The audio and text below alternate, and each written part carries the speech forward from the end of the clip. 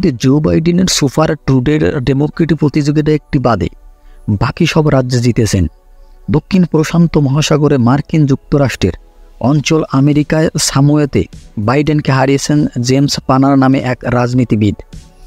আমেরিকার সামোয়াতে 91টি ব্যালটের মধ্যে পানার জিতেছেন 91টি, বাকি 40টিতে জিতেছেন জো বাইডেন। বাপার একজন রাজনীতির অধিকারী এবং একই সঙ্গে তার বয়স হচ্ছে 52 বছর। পামার একজন উদ্যোক্তা বটে। প্রযুক্তি এবং শিক্ষা সম্পর্কিত অসংখ্য ব্যবসায় এবং লাভজনক সংস্থার প্রক্রিয়াজাত জড়িত রয়েছেন তিনি। পামার বলেছিলেন তিনি বিশ্বাস করেন যে ভোটাররা এমন একজন রাষ্ট্রপতির প্রার্থী খুঁজছেন যিনি বাইডেনের দৃষ্টিভঙ্গির চেয়ে 21 শতাব্দীর দৃষ্টিভঙ্গির প্রতিনিধিত্ব করবেন। গত মাসে পানার পররাষ্ট্রনীতিতে বাইডেনের সঙ্গে দ্বিমত জানিয়ে সামাজিক যোগাযোগ মাধ্যমে একটা পোস্ট করেন। এক ভিডিওতে গাজার যুদ্ধবিরতির আহ্বান জানান। ওই পোস্টে তিনি লেখেন, গাজার জনগণের উপর ইসরায়েলের লাগামহীন হামলা অমানবিক।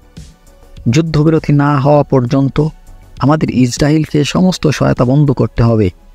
সে অঞ্চলে শান্তির সঙ্গে থাকতে হবে আমাদের। পানার গত নভেম্বর প্রার্থিতার জন্য আগ্রহ প্রকাশ করেছিলেন। তার অফিসিয়াল এবং ওয়েবসাইটে তিনি স্বীকার করেন যে তার জয়ের সম্ভাবনা খুবই কম ছিল। তিনি বললেন, আমি জানি আমি এমন একজন প্রার্থী যার জেতার সম্ভাবনা খুব কম।